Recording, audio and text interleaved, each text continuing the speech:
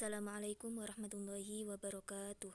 Alhamdulillahirabbil alamin wa bihi nasta'inu ala umuri dunya waddin wassalatu wassalamu ala asyrafil anbiya'i wal mursalin sayyidina wa maulana Muhammadin wa ala alihi wa sahbihi ajmain amma ba'd. Puji syukur kehadirat Allah Subhanahu wa taala yang telah memberikan rahmat serta hidayahnya sehingga kita dapat melakukan presentasi pada pagi hari ini. Perkenalkan, nama saya Maslahunisa, saya dari jurusan akuntansi kelas C. Di sini saya akan mempresentasikan tentang higher demand atau yang biasa kita sebut dengan permintaan lebih tinggi. Definisi dari demand adalah jumlah keseluruhan dari barang dan jasa yang ingin dibeli atau diminta oleh konsumen atau individu dalam waktu tertentu pada berbagai macam tingkat harga. Sedangkan definisi dari higher demand adalah suatu permintaan yang lebih tinggi. Nah, bagaimana sih higher demand itu bisa terjadi dan apa saja faktor-faktornya dan gimana contohnya akan kita bahas di slide selanjutnya. Hukum permintaan atau law of demand menyatakan hubungan negatif antara kuantitas yang diminta dengan harga produk. Permintaan produk meningkat ketika harga turun, dengan asumsi faktor-faktor lain tidak berubah. Sebaliknya, semakin tinggi harga produk, semakin rendah kuantitas yang diminta. Ini terjadi karena berkurangnya utilitas marginal. Artinya, konsumen menggunakan unit pertama dari barang ekonomi yang mereka beli untuk melayani kebutuhan mereka yang paling mendesak terlebih dahulu, dan menggunakan setiap unit tambahan barang untuk melayani tujuan yang bernilai lebih rendah secara berturut-turut. Nah, ini adalah faktor-faktor yang mempengaruhi permintaan. Faktor-faktor yang mempengaruhi permintaan yang pertama adalah harga barang itu sendiri. Harga barang itu mempengaruhi permintaan. Semakin tinggi harga barang yang ditawarkan, maka akan semakin rendah permintaan. Dan sebaliknya, semakin rendah harga barang itu ditawarkan, maka akan semakin tinggi permintaan yang diminta oleh konsumen.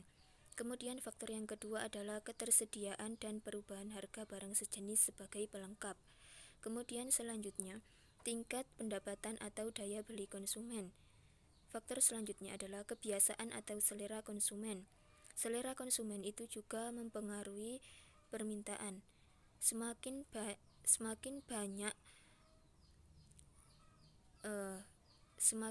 banyak barang itu diminati oleh konsumen, maka akan semakin tinggi permintaannya. Dan sebaliknya. Kemudian faktor selanjutnya, kegunaan atau fungsi akan suatu barang. Fungsi suatu barang itu juga mempengaruhi permintaan. Semakin banyak fungsi barang tersebut, maka akan semakin banyak permintaan. Kemudian faktor selanjutnya adalah jumlah penduduk. Jumlah penduduk itu juga mempengaruhi permintaan. Semakin banyak penduduk, maka akan semakin banyak permintaannya pula.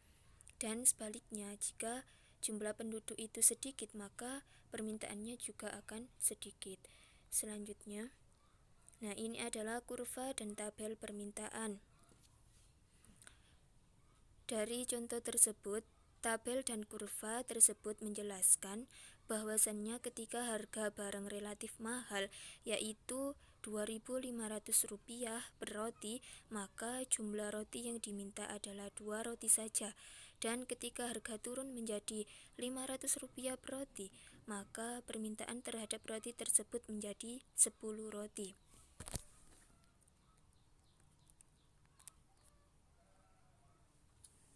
Nah, dengan demikian, inilah yang kita sebut dengan hubungan antara harga barang dengan jumlah barang yang diminta adalah negatif. Karena semakin tinggi harga yang ditawarkan, maka akan semakin rendah permintaan. Dan juga sebaliknya, jika semakin rendah harga barang itu ditawarkan, maka akan semakin tinggi permintaannya. Kemudian selanjutnya, nah kesimpulan yang kita yang dapat kita ambil dari materi tersebut adalah semakin rendah harga suatu barang, maka semakin banyak jumlah barang tersebut yang ingin diminta. Sebaliknya, semakin tinggi harga, semakin sedikit jumlah barang yang ingin diminta. Teori permintaan dan penawaran itu seperti jungkat-jungkit. Ketika produksi naik dan permintaan tetap sama, harga barang akan turun. Demikian pula jika jumlah pesanan naik dan persediaan tetap sama, biaya barang akan naik.